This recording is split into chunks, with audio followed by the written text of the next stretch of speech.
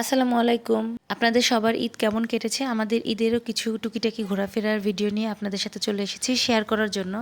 এটা ছিল ঈদের দিনে সকালবেলা যেহেতু অনেক বেশি রোদ থাকে এজন্য হালকা পাতলা একটু বাড়ির সামনে ঘোরাঘুরি করেছিলাম। তেমন বাইরে কোথাও যাওয়া হয়নি। আর এই যে দুপুর গড়িয়ে যখন বিকাল হলো তখন ছেলে এবং বোনকে নিয়ে ঘুরতে বেরিয়ে গিয়েছিলাম। ছেলেকে বললাম, বাবা আসো একটু ভিডিও করতেছি, তোমার চেহারাটা দেখো। ও সুন্দর করে একটা পোজ দিয়ে দিল। আর এই ছিল আমার ছোট বোন। আর আমার ছোট ছেলেটার সামনে হাঁটাহাঁটি করছিল। ওকে বললাম, আব্বু আমাকে ধরো, তুমি আমার সাথে হাঁটো। ও সুন্দর আমাকে থুয়ে একটা দৌড় দিয়েছে। দেখেন কত আনন্দ করছিল ওরা। বাচ্চারা আসলে সবসময় এক জায়গা থাকতে থাকতে অনেক বেশি বোরিং হয়ে যায়, একটু জায়গায় পরিবর্তন হলে অনেক বেশি মজা পায়। আর এই যে আমরা রিক্সায় করে ঘুরতে বেরিয়ে গিয়েছিলাম। গত বছর রোজার ঈদে প্ল্যান করে রেখেছিলাম এই বছর রোজার ঈদে রিক্সা দিয়ে ঘুরবো, যেহেতু আমি একাই ছিলাম এই জন্য আমি একাই রিক্সা নিয়ে বেরিয়ে গেলাম। অন্যান্যরা সবাই এসেছিল কিন্তু ঈদের পরে। রিক্সায় করে ঘোরার কিন্তু মজাই আলাদা। যারা রিক্সায় ঘুরতে পছন্দ করে একমাত্র তারাই এই ফিলটা বুঝতে পারবে। রাস্তাঘাট মোটামুটি ফাঁকাই ছিল। আমরা বেশ সুন্দর মতনই চলে গিয়েছিলাম মার্কেটে। আর মার্কেটে গিয়ে দেখছি এখনো মার্কেটে হালকা পাতলা ভিড় ছিল। যারা ব্যস্ততার কারণে বা অন্য কোনো কারণে ঈদের আগে কেনাকাটা করতে পারেনি তারা হয়তোবা এখন তাদের হালকা কেনাকাটাগুলো সেরে ফেলছিল। যাই হোক, এদিকে ঘুরতে ঘুরতে অনেকটা সন্ধ্যা হয়ে গিয়েছিল। আমার ছোট ছেলে বায়না করেছে ও মিল্কশেক খাবে, আর বড় ছেলে বায়না হচ্ছে সে বার্গার খাবে। তো এখানে ছোটটাকে নিয়ে আমি একটা জুসের দোকানে চলে এসেছি। ওনারা হচ্ছে ফ্রেশ ফ্রুটস দিয়ে জুস বানায়। তো এখানে আমার ছেলে ওয়েট করতেছে। আর এই যে দেখেন ডাকছিল, আঙ্কেল আমাকে দাও। যেহেতু আগের অনেক সিরিয়াল ছিল তো আগের মানুষকে আগে দিচ্ছিল। আর ওর সামনে থেকে যখন নিয়ে যাচ্ছিল ও হচ্ছে একটু অবাক হয়ে বলল, আমাকে দিল না। পরে একটু ধৈর্যহারা হয়ে যাচ্ছিল এবং দুষ্টুমি করতেছিল। তাছাড়া মোটামুটি শান্ত ছিল আর হচ্ছে খুব সুন্দরভাবে জুসের জন্য ওয়েট করতেছিল।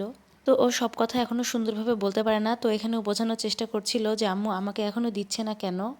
অন্যদিকে আমার বড় ছেলে এবং আমার বোন হচ্ছে তাদের সাব স্যান্ডউইচ খাবে বায়না করছিল। তো সেইভাবে ওইটাই নিয়েছিল। ভেতরে বসার জায়গা থাকলো, ওদের বায়না হচ্ছে ওরা এখানেই বসে খাবে। তো বসিয়ে দিলাম। আর এখানে ওদের সাথে আম্মু ছিল। ঈদের দিনটা আলহামদুলিল্লাহ আমাদের বেশ ভালোই কেটেছে। এরপরে হচ্ছে আমাদের একটা জায়গায় দাওয়াত ছিল খুলনা থেকে বেশ খানিকটা দূরে, যশোরে। ওখানে যাওয়ার জন্য আমরা সবাই মোটামুটি রেডি হয়ে নিয়েছি। আর যশোরের রাস্তা আলহামদুলিল্লাহ খুবই সুন্দর। আমরা ওখানে খুব আনন্দ করেছি। যারা শহরে থাকে তারা হচ্ছে একটু গ্রাম্য পরিবেশে গেলে অনেক বেশি ফ্রেশ লাগে, অনেক বেশি আনন্দ পায়। আর যারা গ্রামে থাকে তাদের কাছে তো এটা স্বাভাবিক ব্যাপার। যেহেতু আমার ভাই বোনরা সবাই শহরে থাকে তো ওখানে ওরা গিয়ে এত বেশি আনন্দ করেছে এবং আমার ছেলে সহ বোন সহ সবাই ছাগল নিয়ে এতটা আনন্দ করেছে যে আশেপাশের মানুষ অবাক হয়ে গিয়েছে, বলতেছিল যে আচ্ছা আপনারা কোথায় থাকেন। আর এই যে এখানে একটা হচ্ছে পুকুর পাড়, এখানে এসে আমরা অনেকটা সময় পার করেছি। এখানে কোনো গরম ছিল না, অনেক সুন্দর ঠান্ডা পরিবেশ, ঠান্ডা প্রকৃতি এবং অনেক সুন্দর ঠান্ডা বাতাস ছিল। দুপুর গড়িয়ে বিকাল হলে আমরা চলে যাই আমাদের বাসার উদ্দেশ্যে এবং যাওয়ার সময় আমরা একটা ভ্যানে উঠেছিলাম। আর ট্রাস্ট মি, ভ্যানে এত বেশি মজা হয়েছিল। সবাই একসাথে বসে ভ্যানে করে যাচ্ছিলাম। আর যেহেতু আমরা সচরাচর ভ্যানে উঠি না, আমাদের কাছে অনেক বেশি আনন্দের ছিল। আর যেহেতু রাস্তাটা অনেক বেশি ভালো ছিল সেই হিসাবে ভ্যানে অনেক বেশি এনজয় করেছি।